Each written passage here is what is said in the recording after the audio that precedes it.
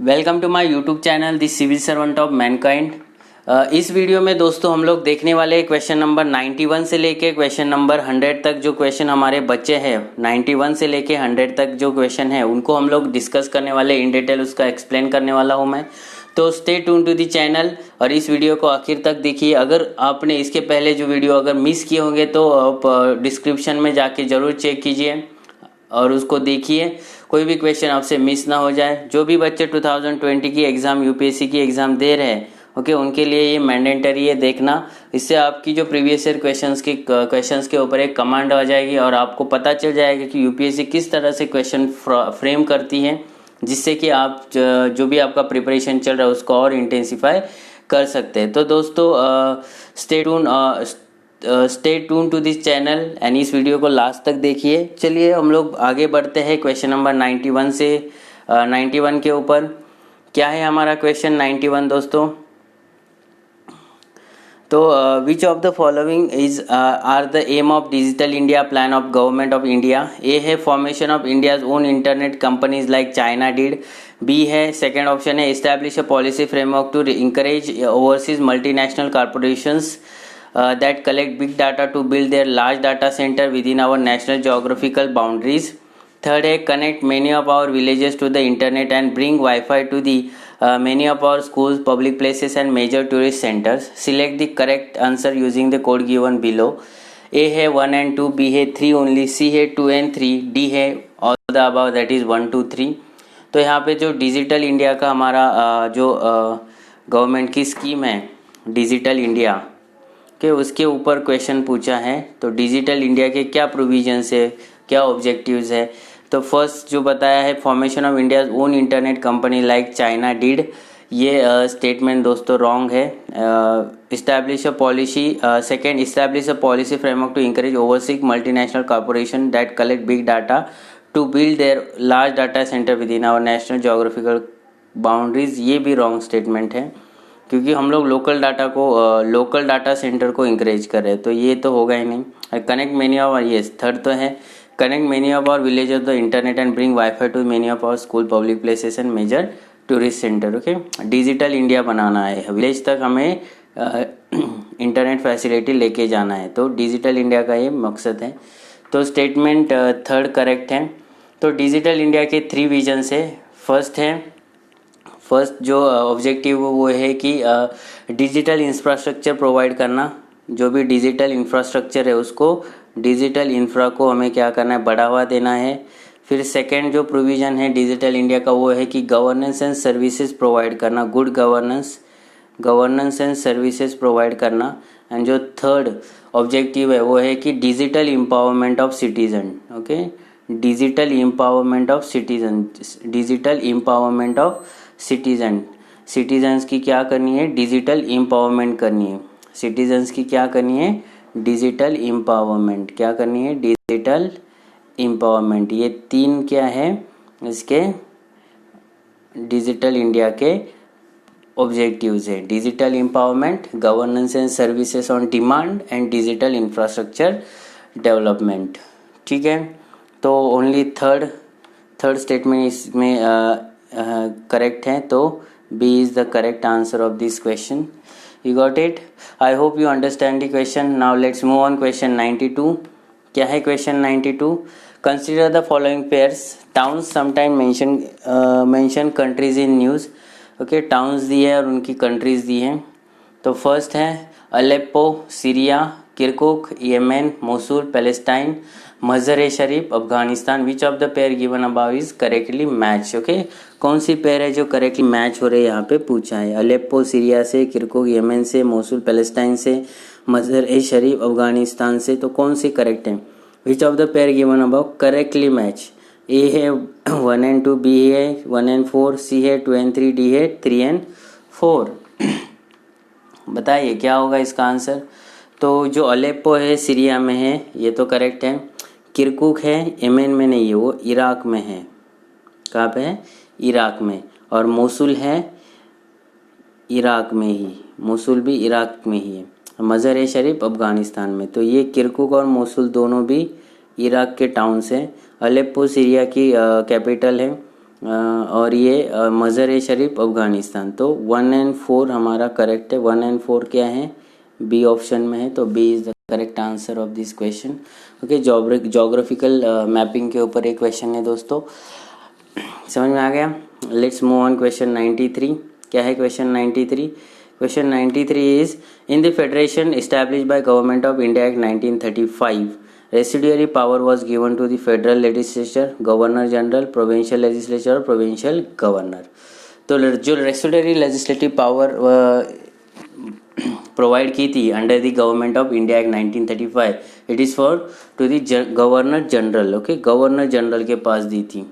ठीक है, straightforward question, जी second. Okay, B is the correct answer of this question. Okay, let's move on question 94। क्या है question 94? Consider the following statement, speaker of the legislative assembly shall vacate his her office he she ceases to be a member of assembly, and second, whenever the legislative assembly is dissolved, that speaker shall vacate his her office immediately। तो दोनों statement में which of the following और above was correct? A है 1 only, B है 2 only, C है both 1 and 2, D है neither 1 not 2। तो speaker of legislative assembly shall vacate his her office on his he she ceases to be member of the assembly. तो first statement correct है, second statement incorrect है। तो ए इसका correct answer है। ठीक है, तो क्या है कि जो स्पीकर होता है कब तक ऑफिस में रह सकता है? He ceases to member of assembly, he resign a writing deputy speaker, and if he removed by the resolution pass by the state assemblies by majority. ठीक है, after the giving the notice of 14 day की notice देनी होती है। Second statement incorrect है because speaker hold office from the date of a election till immediately before the first meeting of the legislative assembly after the dissolution of one two which he or she was elected. She is eligible for re-election on the dissolution of legislative assembly. Although the speaker ceases to be member of house, she does not vacate her office. तो second statement इसलिए wrong हो जाता है, first statement correct है। ठीक है, got it. Now let's move on question 95। क्या है question 95? Question 95 is which of the following reflect the most appropriate relationship between law of land and liberty? If there are more laws, there is less liberty. If there is no law, there is no liberty. If there is liberty, laws have to be made by the people, and if laws are changed too often, liberty is in danger. तो कौन सा statement appropriate relationship बताता है in between the liberty and law of land? तो if there is no law there will be no liberty. अगर कहाँ पे भी लॉ नहीं होगा तो वहाँ पे लिबर्टी आने की कोई शंका ही नहीं है। तो ये सेकंड स्टेटमेंट जो है बी, वो अप्रोप्रिएटली इसको रिप्रेजेंट करता है। तो बी स्टेटमेंट यहाँ पे करेक्ट आएगा। ठीक है, ठीक है, straight forward.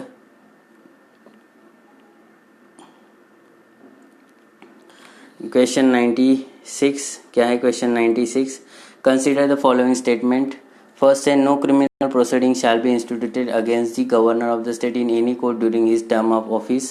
Second, emolument and allowances of the governor of the state shall not be diminished during the term of office. Which of the statement given above is correct? A है 1 only, B है 2 only, C है both 1 and 2, D है neither 1 nor 2।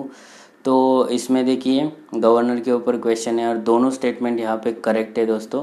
No criminal proceeding will be allowed if he or she is in office, and emolument and allowances cannot be change okay during his term of office. Straight forward. Under article 361 and 158 okay, protection of president and governor under article 361। Under article 361 क्या बोला जाता है? Indian constitution क्या बोलती है? No criminal proceeding whatsoever shall be instituted or continue against the president or the governor of the state during the term of his office okay. And second, emolument and allowances under article 158 of the condition of governor office, the emolument and allowances of governor shall not be diminished during his term of office. Got it? So under article 158 decrees नहीं किया होता है, इसको change नहीं कर सकते। And under article 361 no criminal proceeding will be allowed if they are in the office. ठीक है, I hope you understand the question. अगर दोस्तों किसी भी क्वेश्चन में डाउट है तो मुझे कमेंट सेक्शन में पूछिए, मैं उसका और ज़रूर रिप्लाई दूंगा। और इस वीडियो को लाइक करना है, शेयर करना है, कमेंट करना है और मैक्सिमम बच्चों तक इसको शेयर करना है। तो लेट्स मूव ऑन क्वेश्चन 97। क्या है question 97? The wellbeing painting Bani Thani belongs to the the well known painting Bani Thani belongs to the Bundi school, Jaipur school, Kangra school और किशनगढ़ स्कूल। तो Bani Thani is the Indian miniature painting painted by the Nihal Chand from the Marwar region of Kishangarh. Okay, Kishangarh school की है। इन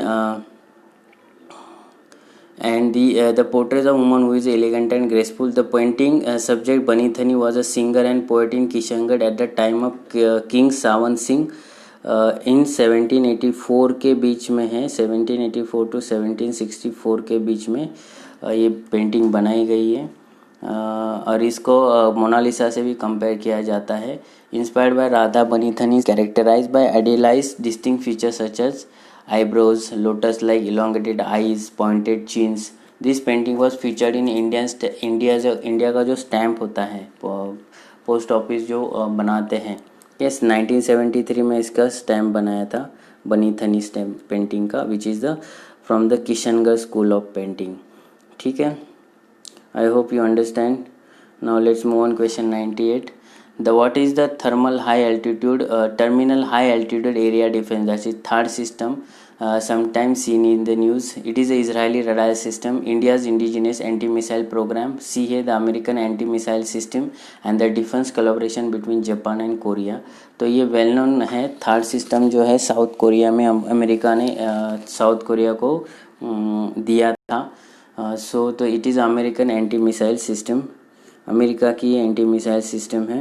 तो C इसका correct answer होगा। तो terminal high altitude area defence, that is THAAD, formerly theatre high altitude area defence, is American anti ballistic missile defence system designed to shoot down और short, medium and intermediate range ballistic missile. Okay, short range, intermediate, short, medium and intermediate range ballistic missile को destroy करने के लिए use किया है, hit to kill approach. ठीक है, third was developed after the experience of Iraq missile attack during the gulf war in 1991। जो Iraq war हुआ था तभी 1991 में इसको डेवलप किया गया था। The THAAD interceptor carries no warhead but relies on its kinetic energy and impact to destroy the incoming missile. जो भी मिसाइल सामने से आ रहा है उसको डिस्ट्रॉय करने की पावर रखती है। ठीक है, समझ में आ गया? It is an American anti-missile system. Now move on question 99. With reference to the cultural history of India, consider the following statement.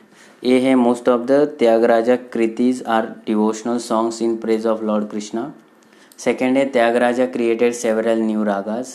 Third है Annamacharya and Tyagaraja are contemporaries. Fourth है Annamacharya Dartanas are devotional song in praise of Lord Venkateshwara. Which of the statement given above is correct? A है 1 and 3 only, B है 2 and 4 only, C है all the above 1 2 3 and D है 2 3 4। तो कौन सा correct है? जो first statement है अन्नमया, ओके,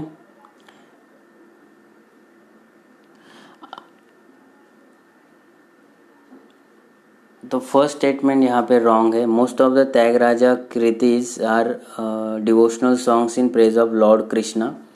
तो Annamayya was a 15th century Hindu sant and he is the earliest known as Indian musician to compose song called Sankirtanas to praise the Lord Venkateswara. Venkateswara को praise करने के लिए बनाया था, द फॉर्म ऑफ विष्णु। तो फर्स्ट स्टेटमेंट यहाँ पे रॉन्ग है। तो फर्स्ट रॉन्ग है तो ए एंड सी तो एलिमिनेट हो जाएगा सीधा।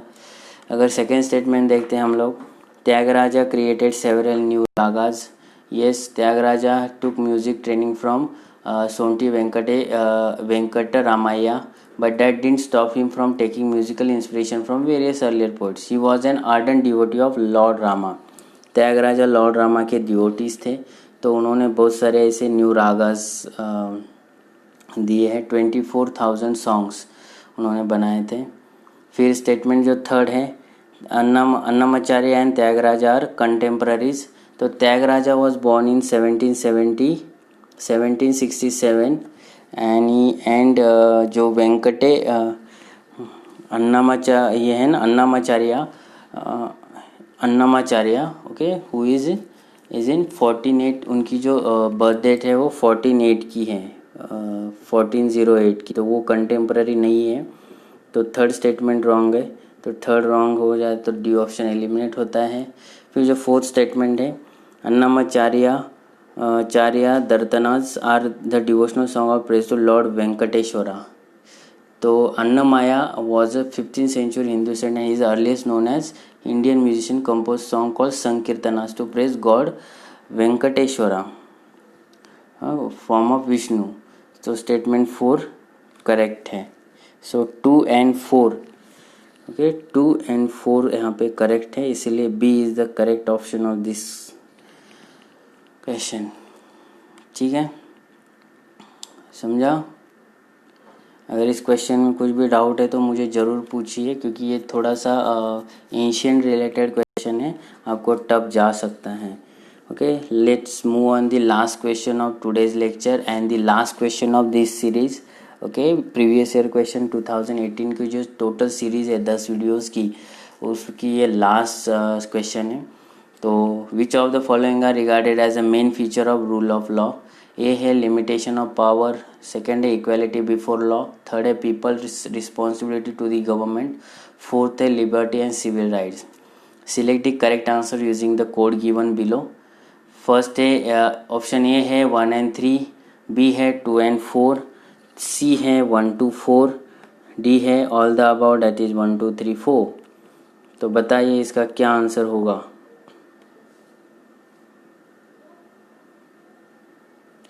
बताइए दोस्तों, इसका क्या आंसर हो सकता है? What is the rule of law?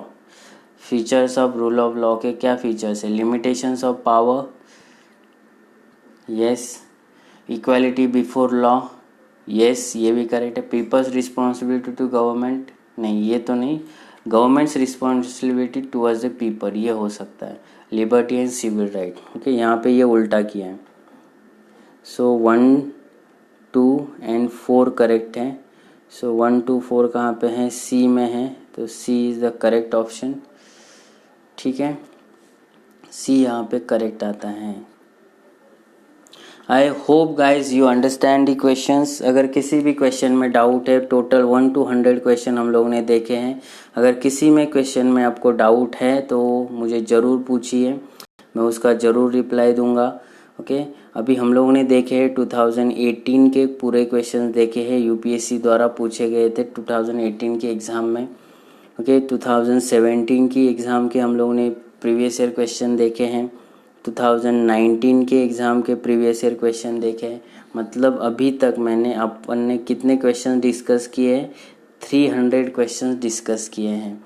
अगर इन 300 क्वेश्चन में आपको किसी भी क्वेश्चन में किसी भी प्रकार का डाउट है तो मुझे पर्टिकुलर वीडियो के नीचे कमेंट सेक्शन में ज़रूर पूछिए, मैं उसका आपको ज़रूर रिप्लाई दूंगा। और आगे जो आने वाले वीडियो है वो दोस्तों हम लोग क्या करने वाले हैं, 2014, 2015 एंड 2016। ओके, 2014, 2015 एंड 2016 में जो भी प्रीवियस ईयर क्वेश्चन पूछे गए उनको मैं इन डिटेल एक्सप्लेनेशन देने वाला हूँ। तो ये 300 + 300 टोटल 600 क्वेश्चन हम लोग प्रीवियस ईयर क्वेश्चंस देखने वाले हैं। फिर ये क्वेश्चंस होने के बाद हम लोग जाने वाले हैं जो करंट अफेयर बेस्ड मैं एक सीरीज़ लाने वाला हूँ, जिसमें हम लोग देखने वाले 2000 MCQs हम लोग उसको डिस्कस करने वाले। ओके, मेरे चैनल पे मैं 2000 MCQs डिटेल में एक्सप्लेन करने वाला हूँ, जो यूपीएससी 2020 के लिए महत्वपूर्ण है। तो ये आपसे मिस ना हो जाए, इसलिए दोस्तों इस चैनल को सब्सक्राइब करें, इस चैनल के वीडियोस को शेयर करें, और आपकी जो फ्रेंड्स हो गए या आपके जो कलीग्स हो गए या फैमिली मेम्बर्स हो गए, तो उनको अगर कोई बच्चा कोई भी स्टूडेंट यूपीएससी की प्रिपरेशन कर रहा है तो उनके लिए ये वीडियो ज़रूर शेयर करिए, ताकि वो इसका मैक्सिमम फ़ायदा उठा सकते हैं। तो दोस्तों मिलते हैं हम लोग नेक्स्ट वीडियो में, और उस वीडियो में हम लोग डिस्कस करेंगे 2014 के क्वेश्चंस, उसके बाद डिस्कस करेंगे 2015 के, फिर 16 के, फिर ये 2000 MCQ सीरीज़। तो टोटल हम लोग के क्वेश्चन हो जाएंगे 600 previous year questions. Okay, last 6 years के हम लोग प्रीवियस ईयर क्वेश्चंस यहाँ पे डिस्कस करने वाले हैं। ठीक है, तो ऑलरेडी मैंने 300 क्वेश्चंस डिस्कस किए हैं, अभी 300 हम लोग आने वाले दिनों में करेंगे। फिर हम लोग ये जो सीरीज़ में लाने वाला हूँ 2000 MCQ series current affair related, which is very important for 2020 की जो प्रीलियम एग्ज़ाम है इसके लिए। तो stay tune to the channel, subscribe to the channel and like this video if you like the video, and if you don't like the video आप dislike भी कर सकते हो। अगर कंटेंट के बारे में आपको कोई सुझाव है तो मुझे ज़रूर कमेंट सेक्शन में बताइए, मैं ज़रूर इसकी इम्प्रूवमेंट करूँगा और आपके लिए एक बेहतर वीडियो बनाऊँगा। तो मिलते हैं दोस्तों नेक्स्ट वीडियो में, तब तक जय हिंद दोस्तों।